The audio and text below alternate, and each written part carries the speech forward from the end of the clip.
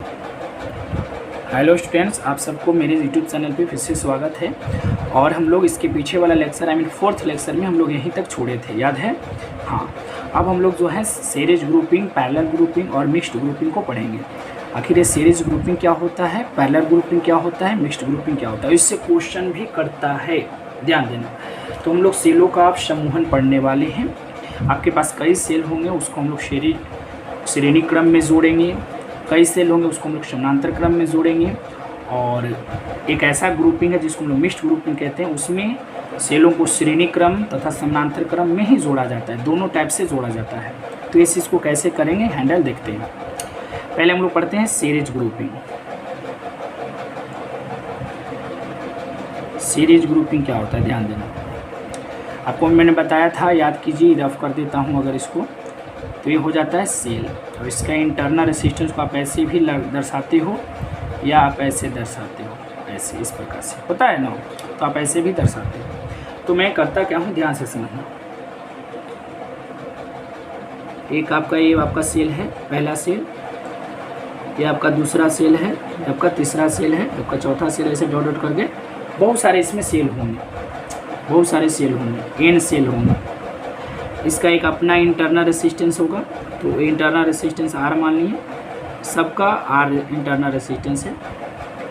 Internal resistance कितना है, are. Internal resistance कितना है, आर। ऐसा इस प्रकार से बहुत सारे सेल था बेटा।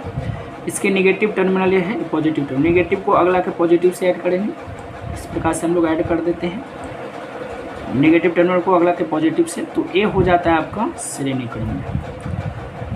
अब हम लोग करेंगे क्या कि बाहर में प्रतिरोधक लिया इस प्रकार से। इस प्रतिरोधक का प्रतिरोध कितना है, आर। और प्रतिरोधक ये वाला जो सिरा है, इसको जोड़ दिया सेल के पॉजिटिव टर्मिनल से, और इसको जोड़ दिया नेगेटिव टर्मिनल से, इस प्रकार से ऐसे जोड़ दिया। चलो हो गया, काम करते हैं। यही इसका फिगर हो गया। तो आप करेंगे क्या, ये कैसा है, सीरीज ग्रुपिंग से रिलेटेड करें तो ऐसा ही आपको एक डायग्राम दे देना है और लिख देना है कि बगल के चित्र में, बगल के चित्र में, ध्यान से समझिए। अच्छा, एक चीज़ और, ये सेल है तो इसका अपना एक विद्युत वाहक बल होगा। विद्युत वाहक बल का मतलब मैं बार बार बताया था, पीछे भी बताया था, विद्युत वाहक बल क्या होता है। तो इसका विद्युत वाहक बल ई मान लेते हैं। विद्युत वाहक बल एक तरह का विभवांतर होता है, दोनों इलेक्ट्रोड के बीच का विभवांतर। कब का, जब इस सेल से कोई करंट नहीं लिया जाता है। ये आपका ई हो गया, इसका भी इलेक्ट्रोमोटिव फोर्स ई, इसका भी इलेक्ट्रोमोटिव फोर्स ई, ऐसा करके मान लेते हैं। सबका इलेक्ट्रोमोटिव फोर्स कितना है, ई है। रेसिस्टेंस, इंटरनल रेसिस्टेंस कितना है सबका, तो स्मॉल आर है। अब बगल के चित्र में हम लोग चलेंगे, ध्यान देना। अच्छा बताओ, चूंकि सर्किट में एन सेल है, कितने सेल है, एन सेल है, एवं एक सेल का ईएमएफ कितना है, तो ई है। एक सेल का विद्युत वाहक बल कितना है, ई है। एक सेल का विद्युत वाहक बल कितना है, ई। तो आपके पास कितने सेल हैं, एन सेल। इसका मान ली 10 वोल्ट, इसका 10 वोल्ट, इसका 10 वोल्ट, इसका 10 वोल्ट। अगर 3 होता तो टोटल 30 वोल्ट होता, लेकिन आपके पास कितने सेल हैं, एन सेल हैं। तो टोटल इलेक्ट्रोमोटिव फोर्स कितना हो गया, टोटल इलेक्ट्रोमोटिव फोर्स बताना, तो n E, total electromotive force हो गया। अच्छा, एक चीज़ और, टोटल रेसिस्टेंस निकाल लेते हैं। टोटल रेसिस्टेंस कितना हुआ, टोटल रेसिस्टेंस कितना हुआ, तो ध्यान देना। इन सभी आर को जोड़ना पड़ेगा, इन सभी आर को जोड़ना पड़ेगा। तो ज़रा सोचो कि ये सब जो आर है कौन सा क्रम में है, श्रेणी क्रम में। ये सब आर कौन सा क्रम में है, श्रेणी क्रम में है, इस प्रकार से है ना। तो श्रेणी क्रम में जब बहुत सारे आर दिया हो, श्रेणी क्रम में जब बहुत सारे रेसिस्टेंस दिया हो, तो आप इन सबको कैसे ऐड करते हो, कैसे ऐड करते हो, आर एस बराबर R1 plus R2 plus R3 plus dot dot dot RN करते हो ना। तो R1 का भी मान R है, R2 भी R है, R3 भी R है, dot dot dot plus RN का भी मान R है। तो जोड़ेंगे तो के गो R हो जाएगा, एन गो R हो जाएगा। ये टोटल रेसिस्टेंस निकला, इसका रेसिस्टेंस निकला, टोटल रेसिस्टेंस ऑफ सेल्स का ही निकला टोटल रेसिस्टेंस। लेकिन सर्किट का टोटल रेसिस्टेंस कितना होगा, सर्किट का total resistance,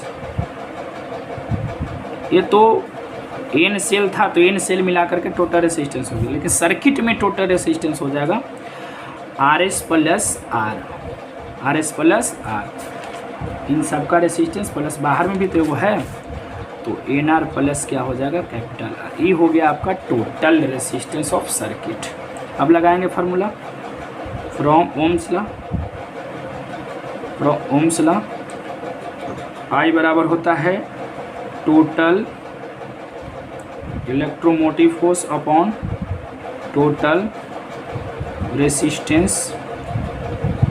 total electromotive force कितना था बताना, एन ई था, अब बटा टोटल रेसिस्टेंस कितना है तो आर प्लस एन आर है, तो ए निकल गया, अतः इसीलिए आप कह सकते हैं आई बराबर निकल गया एन ई बटा एन आर प्लस आर। ये निकल गया आपका व्यंजक डेरिवेशन।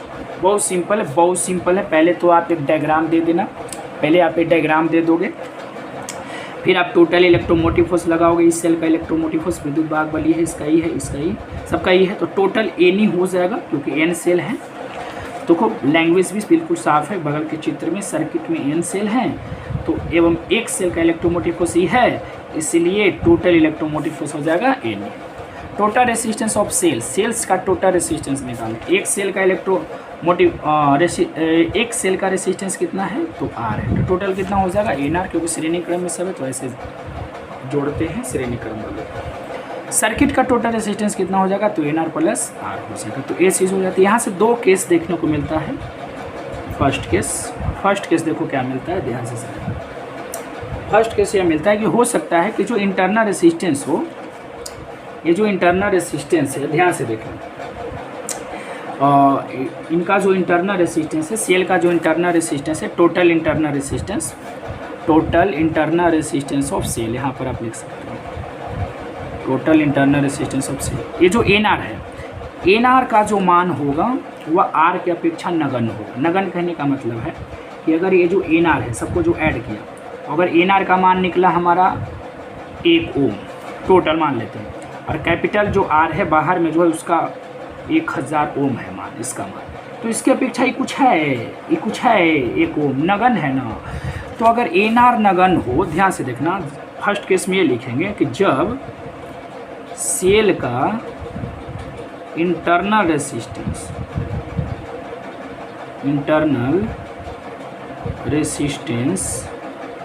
एन आर का मान कैपिटल आर की अपेक्षा नगण्य हो, मतलब ना के बराबर है तो उसको आप हटा सकते हो। एन ई बटा क्या हो जाएगा आर, तो यहाँ से निकल जाएगा एन इंटू ई बटा कैपिटल आर। मैं उसको हटा दिया एन आर को, क्योंकि नगण्य वैल्यू है, छोटा सा वैल्यू को इसमें जोड़ने से क्या फ़र्क पड़ता है, तो ऐसा हो जाएगी। एन आर का मतलब हुआ इस इंटरनल रेसिस्टेंस, नगण्य का मतलब बहुत बड़ा वैल्यू है, बाहर वाला ये बहुत छोटा वैल्यू है। समझ रहे बात को, ये चीज़ हो जाती है। जैसे मान लीजिए कि समुद्र है, एक गिलास पानी है, गिलास समुद्र में एक गिलास पानी को मिला देने से कोई विशेष फर्क पड़ने वाला नहीं है, तो ये हो जाती है। इसका मतलब क्या है, इसका मतलब यह है कि परिपथ में जो विद्युत धारा का जो मान है, परिपथ में जो आपको धारा मिल रही है वह सभी सेल से मिल रहा है। एन लगा हुआ है ना, एन का मतलब एन सेल से मिल रहा है। इसका मतलब हुआ अर्थात सर्किट में धारा एन सेल्स से प्राप्त हो रही है। एन सेल्स से क्या हो रही है, प्राप्त हो रही है, एन सेल्स से प्राप्त हो रही है। आप ये चीज़ याद रखेंगे, एन सेल्स से प्राप्त हो रही है। अगर आप सेकंड केस देखें तो सेकंड केस में हम ऐसे कर सकते हैं। सेकंड केस में मान लेते हैं कि बाहर में जो रेसिस्टर लगा उसका मान नगण्य हो। मान लीजिए एन आर का मान आ गया 1000 ओम एन आर हो गया, और ये हो गया 0 पॉइंट कुछ, तो ये नगण्य हो जाए। ये भी हो सकता है कि बाहर में जो रेसिस्टर लगा उसका वैल्यू इंटरनल रेसिस्टेंस की अपेक्षा न के बराबर हो। जब बाह्य प्रतिरोध मतलब आर का मान नगण्य हो, बाह्य प्रतिरोध आर का मान नगण्य हो। जब बाहर वाला नगण्य हो जाएगा तो आपको आई का फार्मूला बन जाएगा एन ई बटा, ये आर हटेगा, इसको रखेंगे तो एन आर हो जाएगा ना, और इस आर को हटाएंगे ना तो एन आर रहेगा। एन से एन कैंसिल हो जाएगी तो क्या बच जाएगी बताओ, ई बटा, हाँ इसका मतलब बताओ, इसके बगल में कुछ ना तो एक लिख सकते हैं। तो कहने का मतलब है कि जो सर्किट में, अर्थात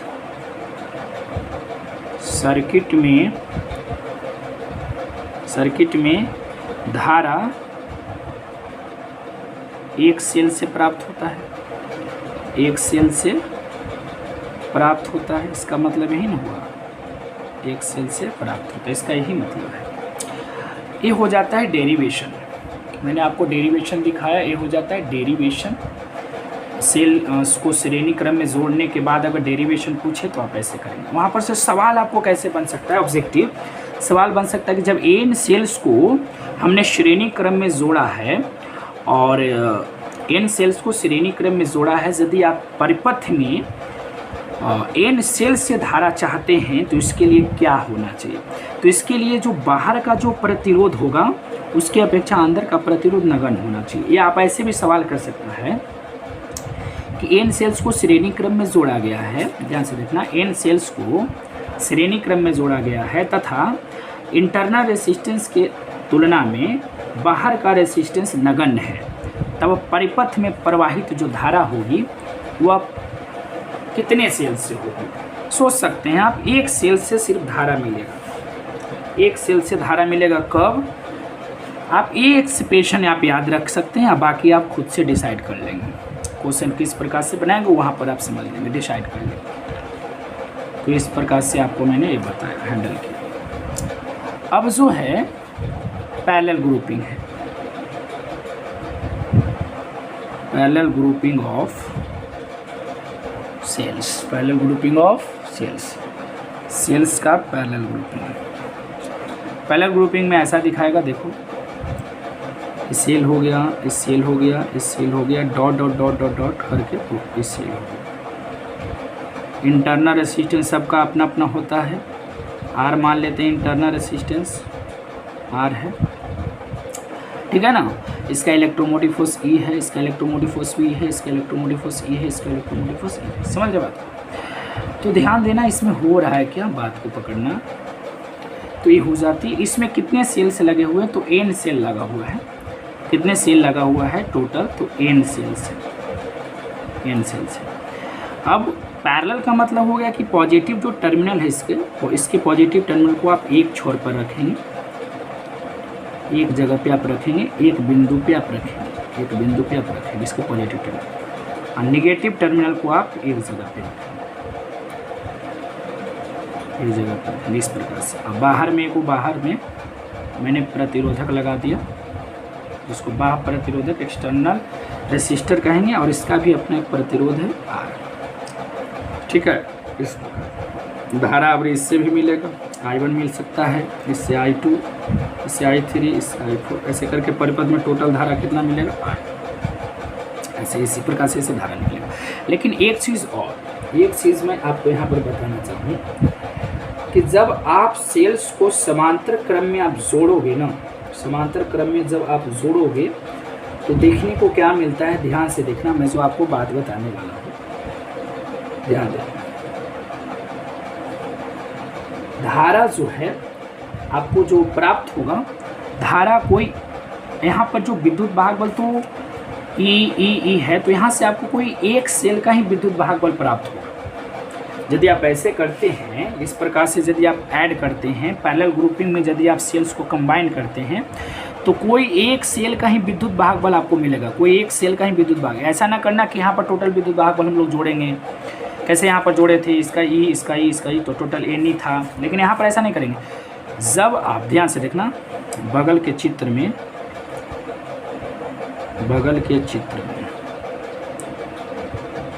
पैरेलल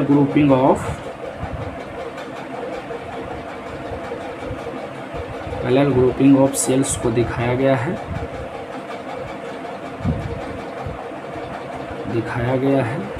बस ध्यान देना। यहाँ पर आपको एक ही सेल का विद्युत वाहक बल प्राप्त होता है। इस प्रकार के संयोजन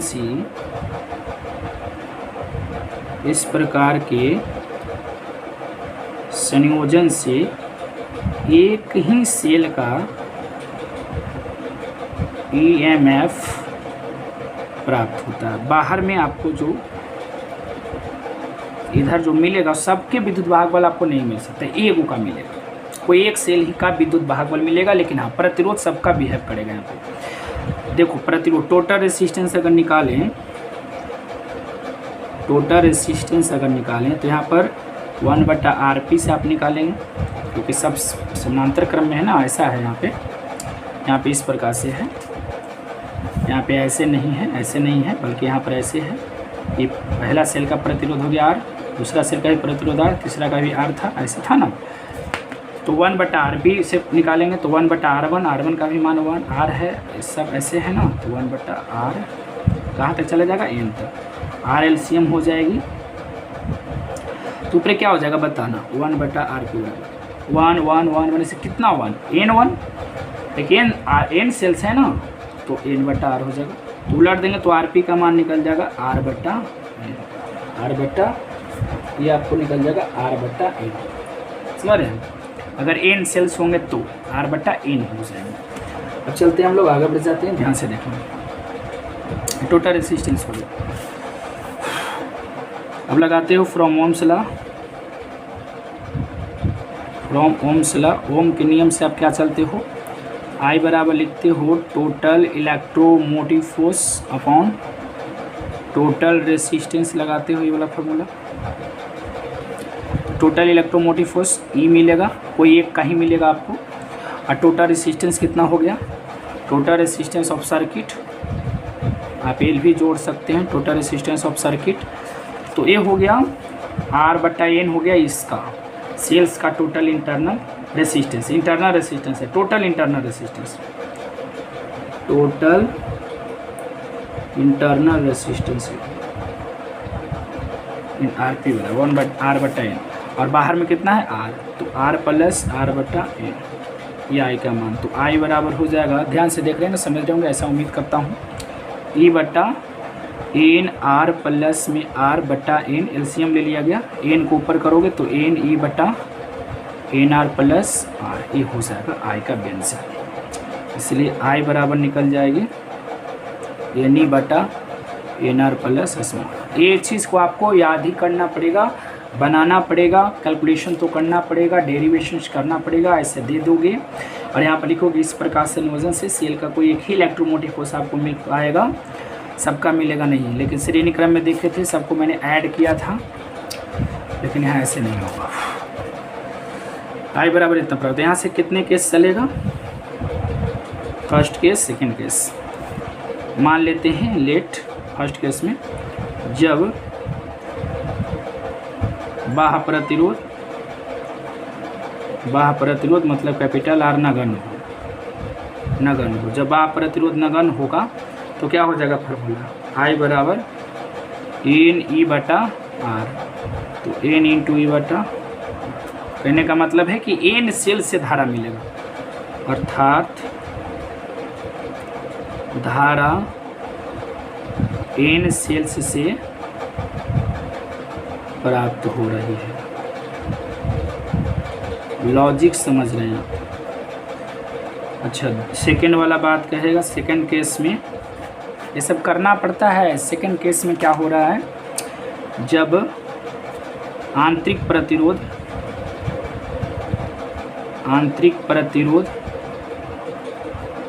N/R नगण्य हो,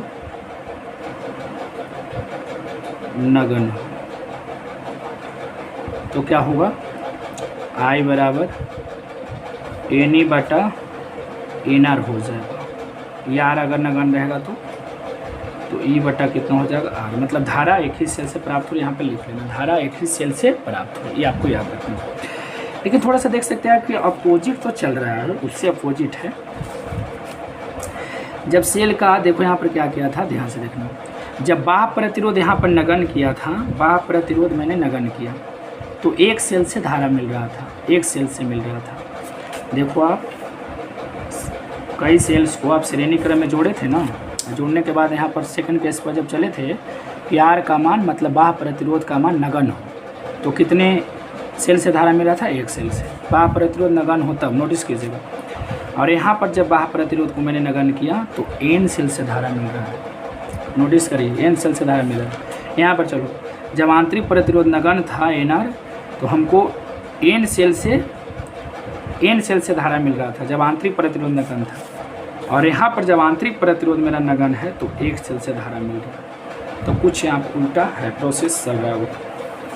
तो इतना ही पर हम लोग पढ़ेंगे, मिश्रित हम लोग नेक्स्ट वीडियो में लाएंगे।